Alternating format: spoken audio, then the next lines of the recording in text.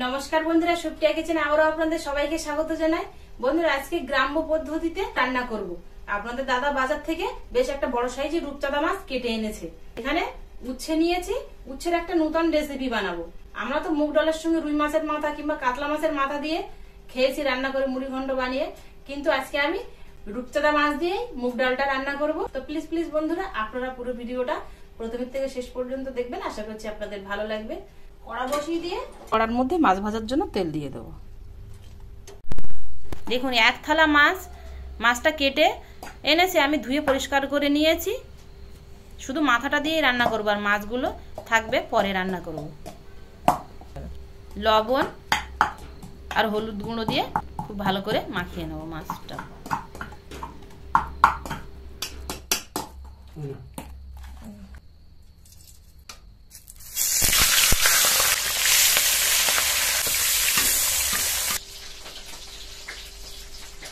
উচ্ছেগুলো তো এরকম লম্বা আছে, আর এরকম লম্বা লম্বাই লাগবে।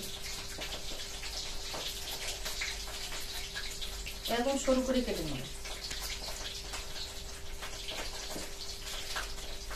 উচ্ছের ভেতর দানাগুলো ফেলে দিয়েছে, আর এরকম লম্বা লম্বাই থাকবে, তাহলে দেখতে সুন্দর লাগবে।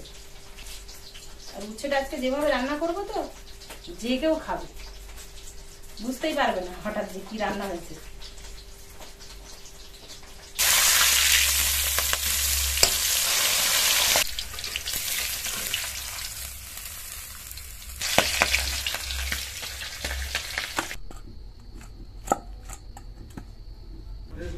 ডালটা একটু ফোড়ন দিয়ে দেবো। এখানে নিয়েছি শুকনো লঙ্কা, তেজপাতা আর গোটা জিরে। মাছের মাথা দুটো দিয়ে দেবো।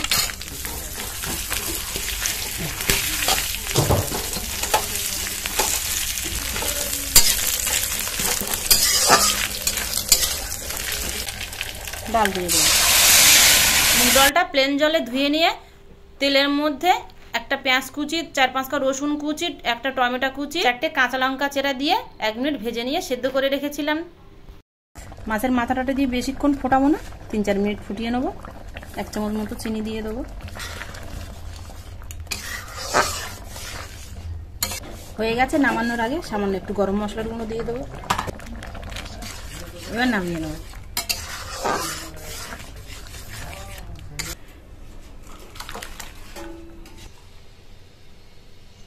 ময়দা নিয়ে নেবো 2 চামচ, আতপ চালের গুঁড়ো 2 চামচ, স্বাদ অনুযায়ী লবণ, হলুদ গুঁড়ো, কাশ্মীরি লঙ্কার গুঁড়ো, জল দিয়ে মিশিয়ে নেব।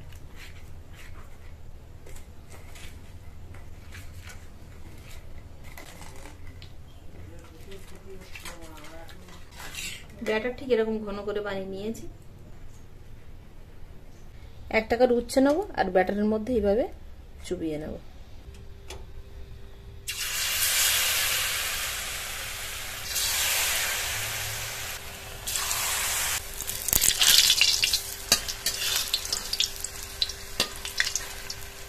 উচ্ছেগুলো উল্টে পাল্টে লো ফ্লেমে এরকম লাল করে ভেজে তুলে নেব।